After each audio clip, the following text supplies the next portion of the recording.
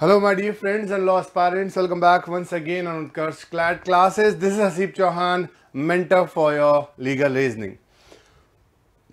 तो dear friends, फिर से एक बार बहुत बहुत स्वागत है आपका इस MHCET के 501 क्वेश्चन की सीरीज। तो चलिए विदाउट वेस्टिंग टाइम शुरुआत करते हैं क्वेश्चन की। आज और कोशिश करूंगा और ज़्यादा से ज़्यादा क्वेश्चंस आपको करवा पाऊँ। Whoever takes away anything from the land of any person without that person consent is said to commit theft. जो कोई भी किसी पर्टिकुलर पर्सन की जमीन से बिना उसकी इजाजत के कोई सामान लेकर चला जाता है तो वो थेफ्ट करता है, चोरी करता है। A thing so long as it is attached to the earth is not the subject of theft. मतलब बात करें अगर कोई भी चीज जमीन से जुड़ी हुई है, मतलब वो इमूवेबल प्रॉपर्टी है, तो वो चोरी हो ही नहीं सकती, उसके ऊपर चोरी का इल्जाम नहीं लगेगा। But it becomes capable of being the subject of theft as soon at is severed from the earth. लेकिन जैसे ही उसने उस पर्टिकुलर थिंग को आपने अर्थ से अलग कर दिया, जमीन से अलग कर दिया, वो चीज सब्जेक्ट मैटर बन सकती है चोरी होने का। Why cut down a tree standing on the land of X with the intention of dishonestly taking the tree out of X possession without the consent of X, but Y is yet to take away the tree out of X possession? Y ने क्या किया? X की जमीन पर जो एक पेड़ था, बेईमानी के इरादे से, चोरी करने के इरादे से उस पेड़ को काट दिया without the consent of x, x से बिना पूछे। लेकिन वाई अभी तक उसकी जमीन से वो पर्टिकुलर सामान लेकर कहीं जा नहीं पाया है, वो पेड़ अभी भी एक्स की जमीन पर ही है। तो देखो, जब तक पेड़ खड़ा हुआ था, जब तक वो पेड़ जो है वो उस जमीन से जुड़ा हुआ था, ध्यान से समझना, जब तक वो पेड़ उस जमीन से जुड़ा हुआ था, चिपका हुआ था, तो वो पर्टिकुलर पेड़ कभी चोरी का सब्जेक्ट मैटर बन ही नहीं सकता था। लेकिन जैसे ही उसने कट किया, उसके चोरी की नीयत सामने आ गई, तो वो चीज सब्जेक्ट मैटर बन गई चोरी की। तो यहां पर देखिए ध्यान से, अभी तक वो सामान लेकर नहीं गया है और हमने कहा from the land take away होना जरूरी है। Why has committed theft? Why has committed theft as the tree has been completely cut down? पहले में कह रहा है कि जब वो जमीन पर आया जब भी उसने चोरी कर ली, जब उसने पूरी तरीके से पेड़ काटा तभी चोरी साबित हो गई। Why has committed theft as soon as he has started cutting down the tree? जैसे ही पेड़ काटना शुरू किया तभी से चोरी हो गई। Why has not committed theft? Because he is yet to take away the tree out of X possession. तो अभी X की जमीन, X के पोजेशन से वो सामान कहीं नहीं गया है, अभी भी उसकी जमीन पर ही वो पेड़ पड़ा हुआ है, तो अभी तक उस पर चोरी का केस नहीं लग सकता, उस पर कन्वर्जन का केस लगेगा, प्रॉपर्टी में छेड़खानी करने का केस लगेगा, प्रॉपर्टी को बदलने का केस लग सकता है। अगला क्वेश्चन है, रेस इप्सा लोकेटर मतलब the things speak for itself, चीजें खुद बोल देती है। सीमा got herself operated for the removal of her uterus in the defendant hospital as there was diagnosed to be cyst in one of her ovaries. Due to negligence of the surgeon who performed the operation, abdominal pack was left in her abdomen. The same was removed by the second surgery. चीजें खुद बोलती है, ये evidence का rule है, rule of evidence है। क्या है ये? एविडेंस एक्ट का एक रूल है। तो यहां पर सीमा के पेट में, बच्चेदानी में, ओवरीज में कुछ प्रॉब्लम होने की वजह से वो ऑपरेशन करवाने के लिए जाती है, लेकिन डॉक्टर की नेग्लिजेंसी से वो कुछ सामान ऑपरेशन का अंदर ही भूल जाता है। सेकंड सर्जरी में सीमा की दूसरी सर्जरी करके उस सामान को वहां से बाहर निकाला जाता है। तो यहां पर सीमा को यह प्रूव करने की जरूरत नहीं है कि नेग्लिजेंसी हुई है। डॉक्टर को यह अपने आप को बचाने की कोई यहां पर उम्मीद नहीं दिख रही है, क्योंकि दूसरे ऑपरेशन से यह साबित हो गया कि पहले ऑपरेशन में नेग्लिजेंसी हुई थी। वो चीज जब उसके पेट से बाहर निकाल कर उसकी जान बचाई गई, यही बात इस बात का सबूत था कि वहां पर भाई साहब अब मॉप जो है, पोचा जो है, वो भूल गए थे अंदर ही। तो यहां पर सर्जन कैन नॉट, गलत जवाब। Surgeon can be responsible but Seema will have to prove, कोई प्रूफ की जरूरत नहीं है। Surgeon will be responsible as Seema need not to prove surgeon negligence because presence of abdominal pack in her abdomen is sufficient proof thereof, कि यहां पर जो उसके एब्डोमिनल में, उसके पेट में वो हिस्सा, वो टुकड़ा, वो जो वेस्ट मटेरियल जो था पहले ऑपरेशन में बचा हुआ, इस बात को प्रूफ कर दिया है कि यहां पर डॉक्टर की नेग्लिजेंसी है। whoever take away with him any minor person less than the 16 years of age, if a male, or less than 18 years of age, if a female, out of the keeping of a parents of such minor person without the permission of such parent, is set to kidnap such minor person। जो कोई भी एक लड़की को जिसकी उम्र 18 से कम हो या फिर एक लड़के को जिसकी बच्चे की उम्र 16 से कम हो, उसके पेरेंट की इजाजत के बगैर उनकी कस्टडी से बाहर लेकर चला जाता है, तो यहां पर उसे किडनैपिंग माना जाएगा। A female born on January 1st, 1995 got admitted to an undergraduate program of a reputed university on 1st July 2012.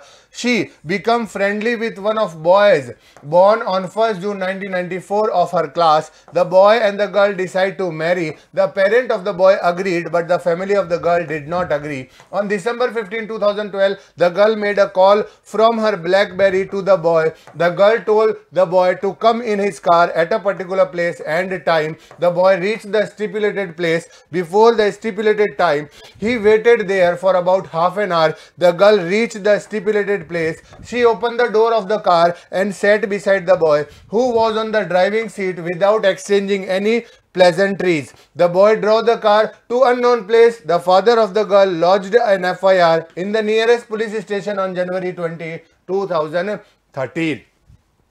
तो यहां पर गेम को समझो। यहां पर देखो, अभी बात कर रहे हैं, अभी हमें यह नहीं कंफर्म हुआ कि ये पर्टिकुलर बात जो है वो 2012 की है। लड़की कब पैदा हुई है? 1995, और बात कर रहा है 1994 लड़के की पैदाइश है, और ये 2012 में बच्चे को कॉल किया गया है, दिसंबर 2012 में।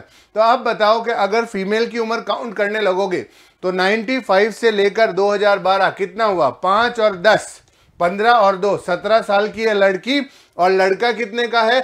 1 साल ऊपर 18 का है। ठीक है, अब ध्यान से समझना। वो उसको लेकर गया और पिताजी ने उसके खिलाफ FIR लॉन्च कर दी है। अब आपको ये बताना है कि क्या लड़के ने किडनैपिंग किया है या नहीं। तो कह रहा, the boy has committed the offence of kidnap, the boy has not committed the offence of kidnap, the boy has not committed the offence of kidnap, और the boy has not committed the offence of kidnapping because the girl was his classmate. ये option सही नहीं है। The boy has not committed the offence of kidnapping for there is a delay in filing FIR, गलत। The boy has not committed the offense of kidnapping, गलत। The boy has committed the offense of kidnapping। यहां पर वो लड़की भले ही अपनी consent के साथ आपके पास आई है, तो यहां पर उसकी उम्र अगर 18 से कम है तो आप पर किडनैपिंग के चार्जेस लगेंगे। अगर कोई लड़की जिसकी उम्र जो है बालिग नहीं है, बालिग नहीं मतलब 18 से कम है, और आपके साथ में फिजिकल रिलेशनशिप बनाती है अपनी मर्जी से, बिना किसी की मतलब उसके साथ कोई जोर जबरदस्ती नहीं है, फिर भी वो रेप कहलाएगा। Clear? Whoever voluntarily has a carnal intercourse against the order of nature with any man, woman or animal shall be punished। जो कोई भी जानबूझकर किसी भी पर्टिकुलर महिला के साथ, पुरुष के साथ या एनिमल के साथ अननेचुरल इंटरकोर्स करता है, मतलब अप्राकृतिक यौन संबंध बनाता है, तो उसको क्रिमिनल लॉ में पनिशमेंट दिया जाएगा। 2 adult men were found engaged in carnal intercourse by the police. The police arrested the men and produced them before the court। तो 2 जवान आदमी, अडल्ट पर्सन मतलब उनकी उम्र हो चुकी थी, और दोनों ने अननेचुरल सेक्स की पोजीशन में पुलिस को मतलब पुलिस के सामने पकड़े गए। अब पुलिस वाले उनको कोर्ट में लेकर चले गए हैं। Court will punish the police officer, court will not punish the man for they are adult, court will punish the man. बिल्कुल उन दोनों को ही सजा मिलेगी, क्योंकि सर जब हमने प्रिंसिपल में पढ़ा अप्राकृतिक यौन संबंध बनाना क्राइम है, तो क्राइम है। Wherever the causing of a certain effect or an attempt to cause that effect by an act or by an omission is an offense. It is to be understood that the causing of that effect partly by an act and partly by an omission is the same offense। कह रहा है अगर कोई भी किसी particular कार्य को करते हुए या किसी कार्य को करने की कोशिश करते हुए किसी दूसरे पर कोई इफेक्ट डालता है जो किसी कानून में उसको ऑफेंस बताया गया, तो वो ऑफेंस माना जाएगा।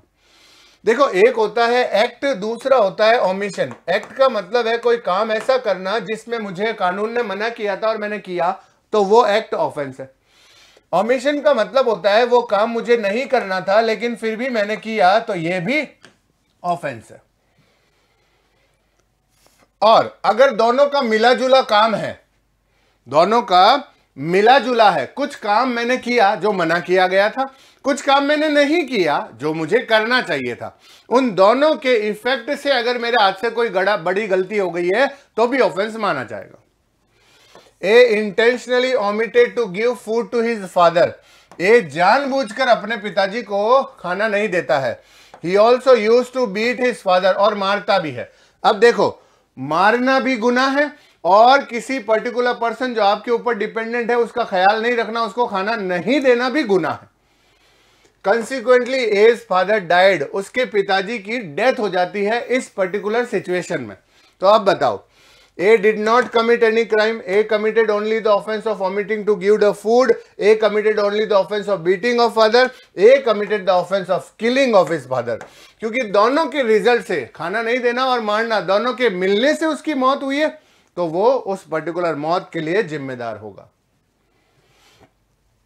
Nothing is an offense which is done by a child under 7 years of age. 7 साल से छोटा बच्चा, 0 से लेकर below 7 years, below 7 years. Criminal law कहता है कि ये बच्चा डॉली इन कैपेक्स है, मतलब इसकी कैपेसिटी ही नहीं है क्राइम करने की, ये समझता ही नहीं है क्राइम क्या होता। A child born on January 1, 2005 killed another child B on December 30, 2011। 2005 को पैदा हुआ, ठीक है, और दूसरे बच्चे को मारा है, बच्चे को कब मारा है? 13 दिसंबर 2011। तो जनवरी से काउंट करना शुरू करो, 5, 6, 7, 8, 9, 10, 11। ये तो बड़ा निकल गया भाई बच्चा। A has committed no offense. A has committed the offense at his heinous crime. Killing of one child by another is not an offense. A has not committed the offense for one.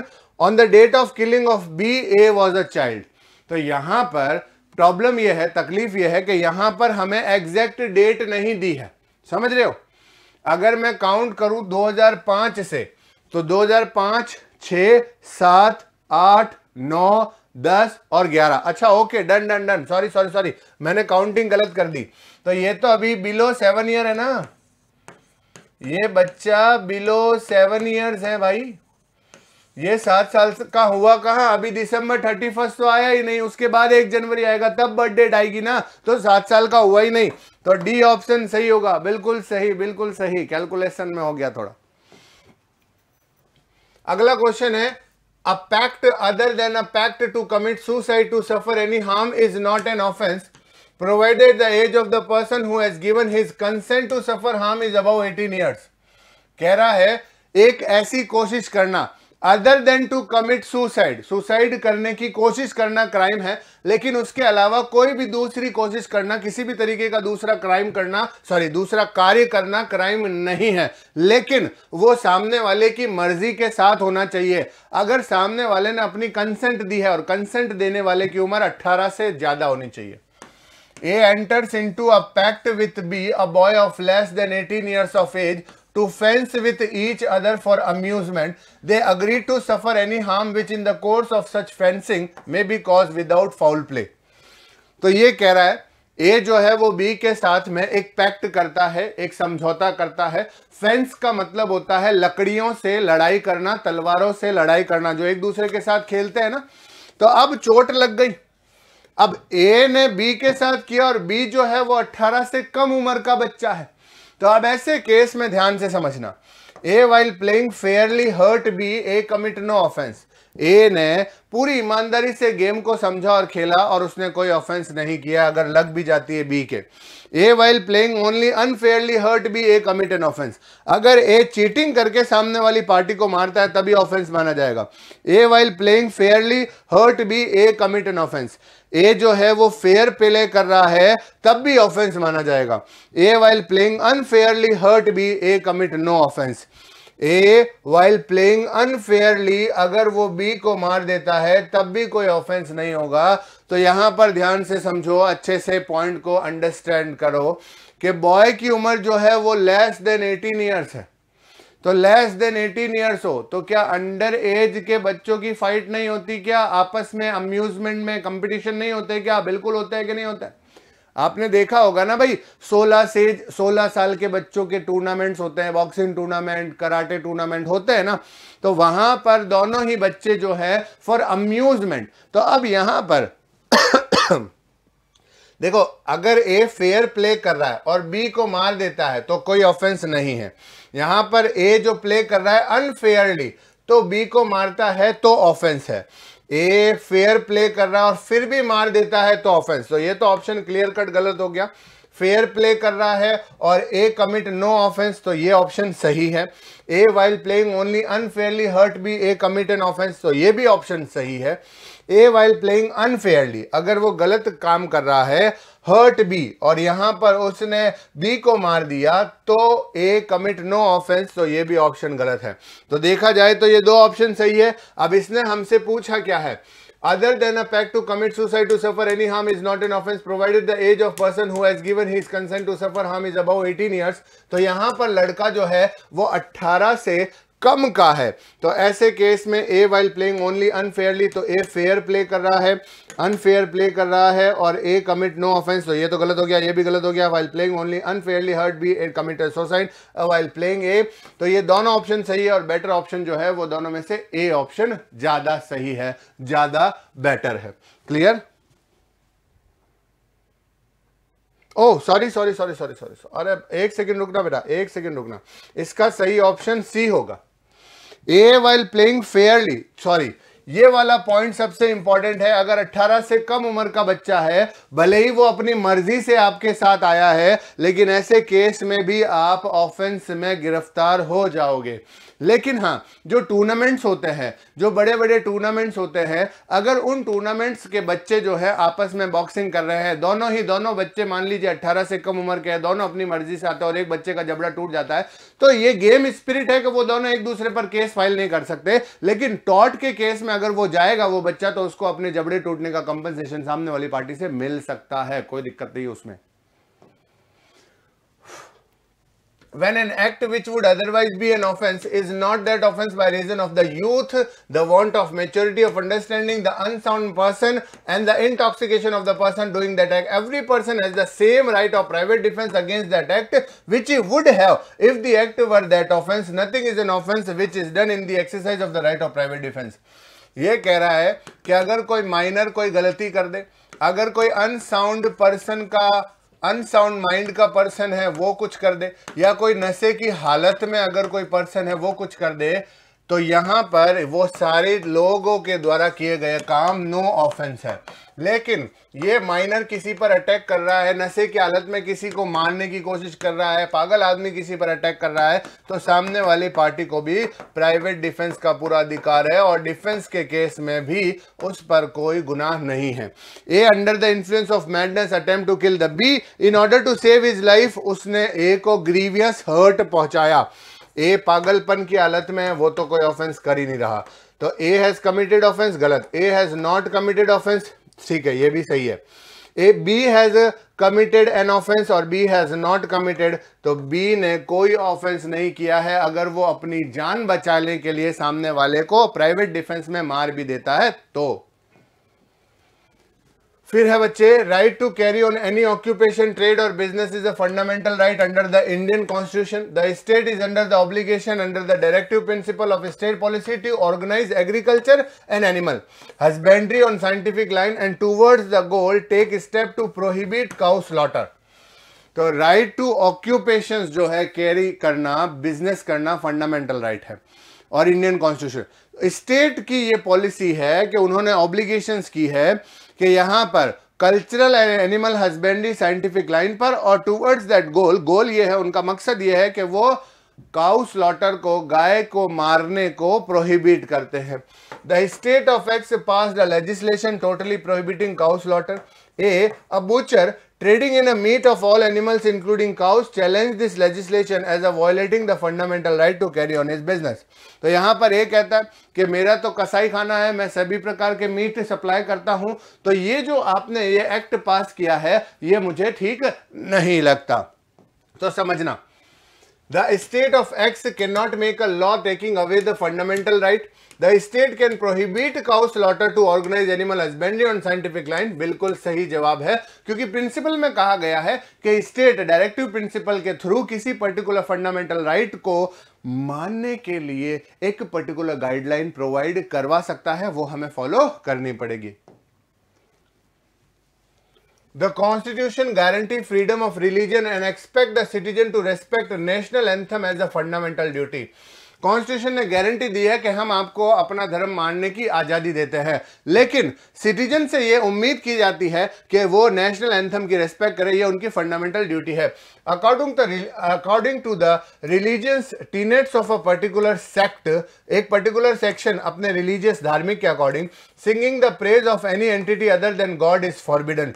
तो उसको ये लगता है कि सिर्फ और सिर्फ God के लिए, ईश्वर के लिए ही कोई पर्टिकुलर गाना गाना उचित है, वरना किसी के लिए नहीं।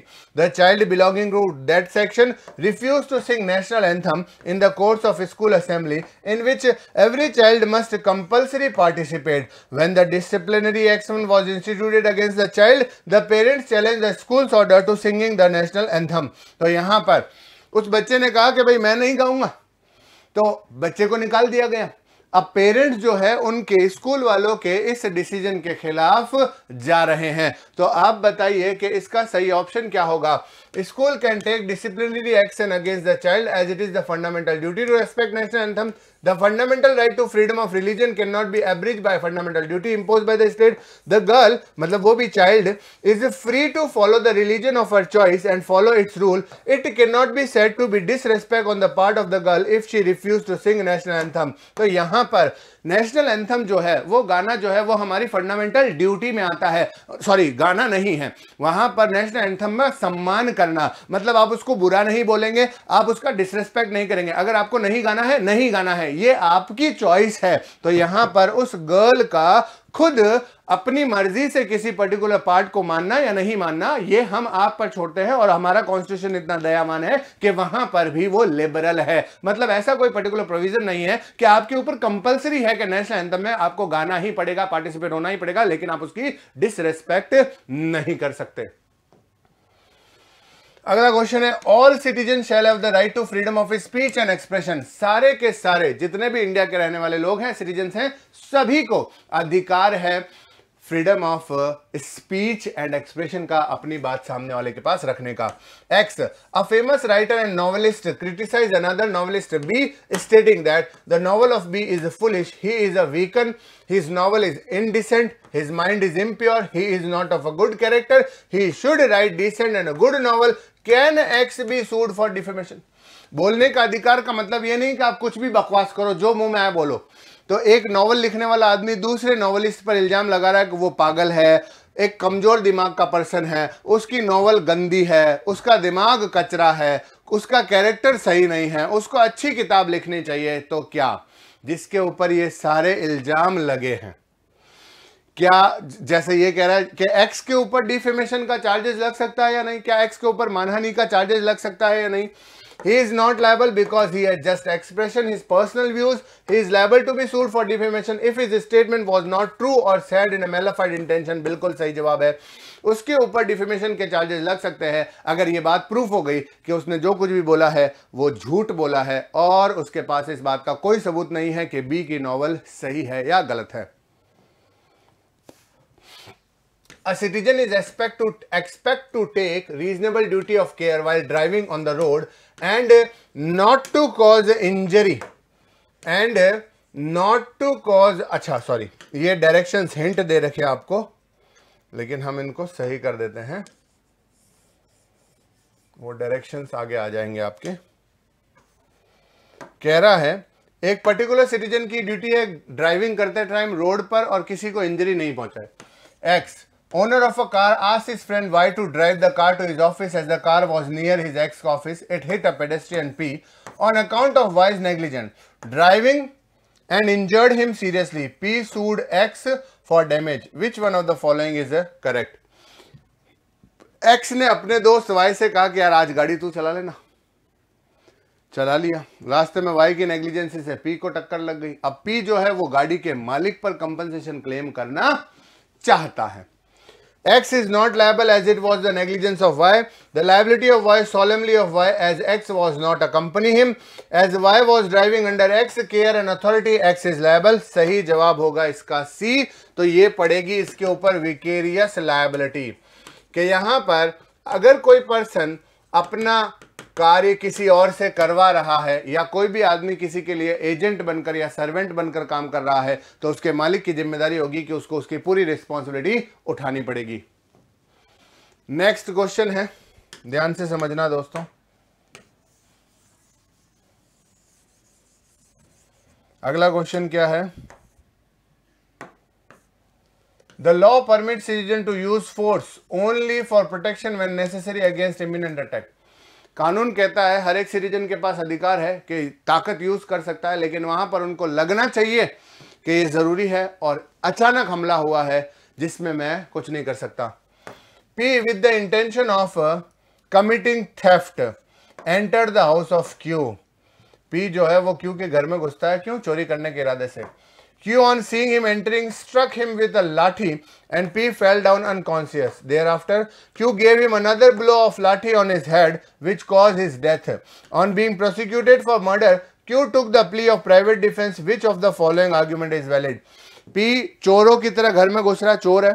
Q देखता है और एक सर पर लाठी मारता है और बेहोश हो जाता है, और उसके बाद गुस्से में Q एक और लाठी मारता है जिसकी वजह से उसकी मौत हो जाती है।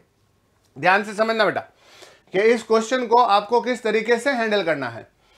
Q was acting in the exercise of private defense of his property. He had taken valid defense. गलत जवाब। Since in the defense of one's property one cannot cause death of intruder, Q has no defense. कि Q को कोई defence नहीं मिलेगा कि वो तो प्रॉपर्टी में आ रहा था, आपको जान से मारने की जरूरत क्या थी। गलत जवाब। Q has used excessive force as one P fell unconscious. There was no need for the second blow. Hence Q's plea of right of private defense will not succeed. जब पहली चोट पर वो बेहोश हो चुका था, उसको होश ही नहीं रहा, तो आप उसको जान से क्यों मार रहे थे? उसको जान से मारने की यहां पर आपको किसी भी प्रकार की कोई जरूरत नहीं थी। पॉइंट समझ गए ना? बस, अरे बहुत आसान है, सिर्फ थोड़ा सा माइंड लगाना है, थोड़ा सा mind. Only parliament or state legislature have the authority to enact law on their own. No law made by the state can take away a personal fundamental right. सिर्फ पार्लियामेंट और स्टेट असेंबली के पास में, ये state legislature विधायिका के पास में ये अधिकार है कि वो कानून बना सके। किसी भी पर्टिकुलर लॉ को बनाने में स्टेट के पास ये राइट नहीं है कि किसी पर्सन का फंडामेंटल राइट इन्फ्रिज हो। Parliament enact a law which according to a group of lawyers is violating the fundamental right of traders. A group of lawyers files a writ petition challenging the constitutional validity of the statute, seeking relief to quash the statutes and further direct parliament to enact a new law. तो lawyer को लगता था कि वो law जो parliament ने पास किया है वो ट्रेडर्स के लिए सही नहीं है, तो उन्होंने एक प्ली फाइल की, एक एप्लीकेशन फाइल की और कोर्ट के सामने ये अपनी बात रखी कि नंबर एक, पहले तो इस लॉ को हटाओ और पार्लियामेंट को बताओ, डायरेक्ट करो आपके उस लॉ को कैसे बनाना चाहिए। समझ रहे हो? तो पहला, no writ would lie against parliament as the court has no authority to direct parliament to enact or re-enact a law. The court can quash existing law if it is violate fundamental right and can direct parliament to make a new law. The court can quash the existing law if it is violate the fundamental right but cannot direct the parliament to make a new law. इसका सही option होगा सी, कि court को अगर लगेगा fundamental right इन्फ्रिज हो रहे हैं तो वो लॉ वहीं खत्म कर सकता है, लेकिन वो डायरेक्ट नहीं कर सकता, वो पार्लियामेंट को ये समझाने नहीं बैठेगा। उनके पास, कोर्ट के पास ये अधिकार नहीं है कि वो पार्लियामेंट को गाइड करे कि आपको ऐसे लॉ बनाना चाहिए। अगला क्वेश्चन है, when one person signifies to another his willingness to do or abstain from doing anything with a view to obtaining the assent of that person to such an act or abstinence, he is said to have made a proposal. अगर कोई particular person सामने अपनी इच्छा से किसी सामने वाले को कोई प्रपोजल देता है, ऑफर देता है, या ये बात जानने के लिए देता है कि मैं चाहता हूं कि तुम मुझे इस पर्टिकुलर पॉइंट पर अपना व्यू दिखाओ, अपना पर्पस दिखाओ, मैं चाहता हूं कि तुम्हारी हाँ हो, तो इसका मतलब क्या है? प्रपोज कर रहा है वो। Ramanuj telegraph to Shyam Sundar writing, will you sell me your Rolls Royce car. तो रामानुज ने श्याम से सवाल पूछा है टेलीग्राम लिखकर, क्या तुम अपनी रोल्स रॉयस कार मुझे बेचोगे।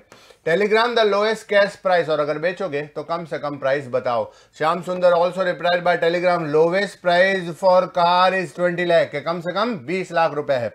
Ramanuj immediately sent his consent through telegram stating, I agree to buy the car for 20 lakh asked by you. Shyam Sundar refused to sell the car. उसने मना कर दिया। तो आपको बड़ा सिंपल सा है, questioning the answer is not an offer, and when an offer is not made to the person then it could not be accepted by same person. तो ये कह रहा है कि यहां पर तो सिर्फ सवाल पूछा गया है, सवाल के जवाब में आपको अपना आंसर मिला, आप उसको ऑफर या प्रपोजल या एक्सेप्टेंस कैसे मान सकते हैं। He cannot refuse to sell the car because the contract has already been made. गलत जवाब। He can refuse to sell the car because it was only invitation to offer and not the real offer. उसने सिर्फ एक invitation दिया था कि क्या तुम कार बेचोगे। उसने जवाब दिया कि हाँ 20 लाख है मेरी कार की कम से कम कीमत, अगर बेचना चाहूंगा तो। उसने बेचने की तो कोई बात ही नहीं की। अगला क्वेश्चन है, every person who is of the age of majority is competent to contract according to the law to which he is subject। तो ये कह रहा है हर एक पर्सन जो मेजोरिटी के एज का है वो कॉन्ट्रैक्ट कर सकता है, मतलब 18 साल से ऊपर। A minor mortgage his house in favor of a Thakur Das, a money lender, to secure a loan of 20,000.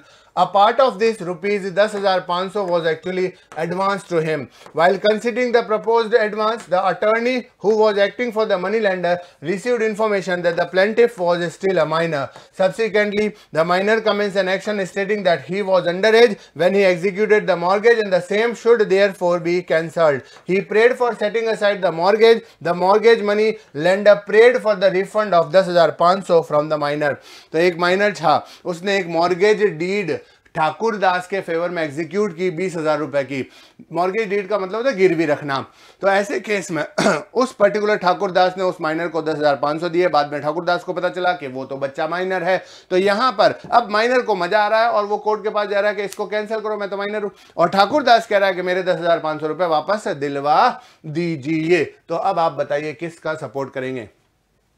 Minor contract is void and money advance to a minor can be recovered. कह रहा है minor का contract जो होगा वो तो void है, zero, सब खत्म, और मनी वापस मिल जाएगी। A minor contract is void ab initio, any money advance to a minor can not be recovered. इसका सही ऑप्शन होगा यहां पर बी, क्योंकि यहां पर्टिकुलर किसी भी पर्टिकुलर पर्सन को, देखो अब 2 पॉइंट है यहां पर। ये कह रहा है the attorney who was acting for the money lender received information that the plaintiff was still a minor. Subsequently, the minor commenced an action stating that he was underage when he executed the mortgage and the same should therefore be cancelled. He prayed for setting aside the mortgage. The mortgagee money lender prayed for the refund of 10,500 from the minor. तो यहाँ पर अगर आपको पता था कि वो बच्चा माइनर है तो आपने ऐसा कॉन्ट्रैक्ट क्यों किया। अगर आप जानबूझकर ऐसा कॉन्ट्रैक्ट करोगे तो ना तो माइनर से वापस कोई पैसा रिकवर कर पाओगे और ना ही आपकी वो मॉर्गेज डीड लॉ के सामने टिक पाएगी, जीरो हो जाएगी सिंपली। लेकिन अगर माइनर को पता था, अगर माइनर धोखा कर रहा है, अपनी एज कम बता रहा है, तो ऐसे केस में माइनर से वापस रिकवरी हो सकती है। क्वेश्चन है, a person is said to be of sound mind for the purpose of making a contract if at the time when he makes it he is capable of understanding it and of forming a rational judgement as is to effect upon his interest. एक person जो समझदार आदमी है, sound mind का person है, जब वो contract कर रहा है, अगर उसको पता है कि मैं क्या कर रहा हूं और इस पर्टिकुलर कॉन्ट्रैक्ट के इफेक्ट मेरे ऊपर क्या होंगे, तो वो पर्टिकुलर कॉन्ट्रैक्ट माना जाएगा। Mr. X, who is usually of sound state of mind but occasionally of unsound state of mind, entered into a contract with the Mr. Y when he was of unsound state of mind। बस यहीं पर game खत्म हो गया। Mister x ज्यादातर sound mind में रहता है, कभी कभी दिमाग खराब हो जाता है। वाई के साथ एक कॉन्ट्रैक्ट किया जब दिमाग खराब हो रखा था, Why, having come to know about this fact afterward, want to file a suit against Mr. X. Mr. X cannot enter into contract because he is of unsound state of mind when he entered into a contract. तो Mr. X जो है वो उस particular situation में कभी contract कर ही नहीं सकते थे. Mr. X can enter into a contract but the burden is on the other party to prove that he was of unsound state of mind at the time of contract. Mr. X can enter into a contract but the burden on Mr. X to prove that he was of a sound state of mind at the time of contract. तो इसका option होगा, सही option होगा सी, कि mister x contract कर सकता है लेकिन उसको ये बात प्रूफ करनी होगी कि मेरा दिमाग ठीक था या मेरा दिमाग ठीक नहीं था.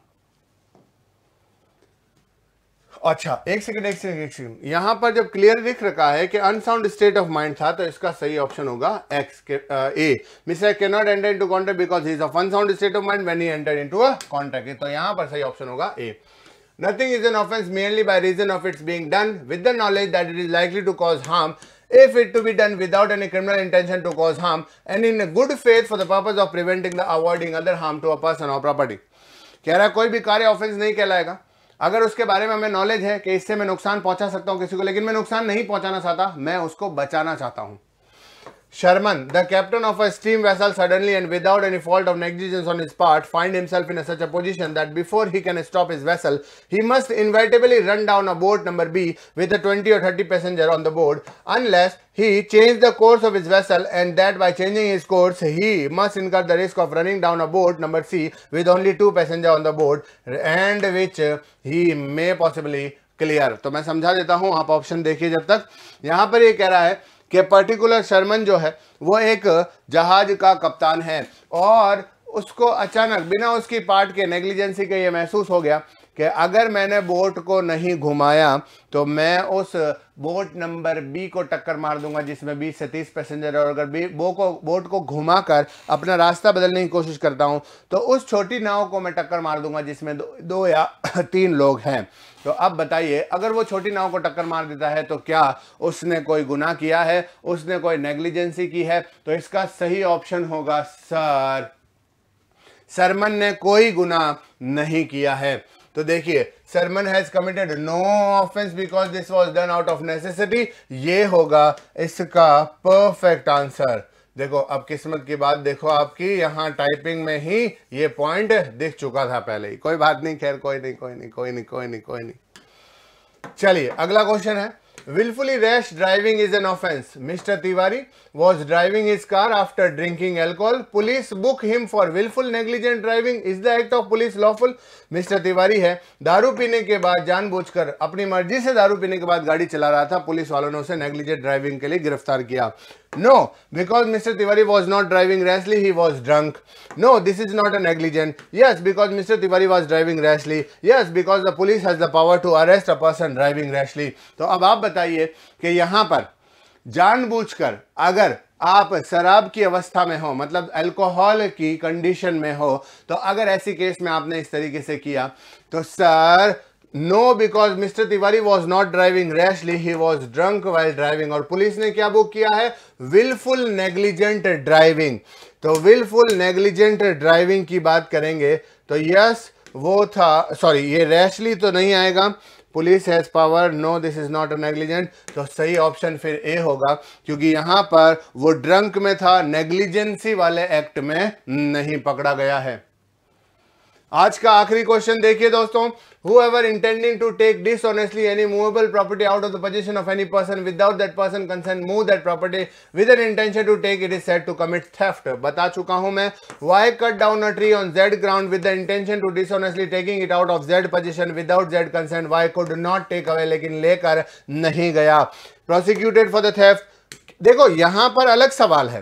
पहला क्वेश्चन जो था, जब सबसे पहला क्वेश्चन कराया था उसमें क्या था कि सर उसने चोरी की या नहीं की. अब यहां पर जवाब सवाल है कि क्या उसके खिलाफ चोरी का मुकदमा किया जा सकता है या नहीं. तो 100% उसके खिलाफ चोरी का मुकदमा दायर किया जा सकता है. वो जज का काम है डिसीजन देना. पहले सवाल में जब पहला ये क्वेश्चन पूछा था तो मैंने पूछा था कि क्या उसने चोरी करने का गुनाह किया है, तो चोरी का गुनाह तो नहीं किया था क्योंकि वो अभी तक उसके घर से पेड़ लेकर नहीं गया था. लेकिन यहां पर चोरी का मुकदमा जरूर चल सकता है. प्रोसिक्यूशन मतलब केस शुरू हो सकता है. तो आज की क्लास के लिए इतना ही दोस्तों. We will meet in the next class with another same to same question answer. तब तक के लिए टाटा, बाय बाय, सिया।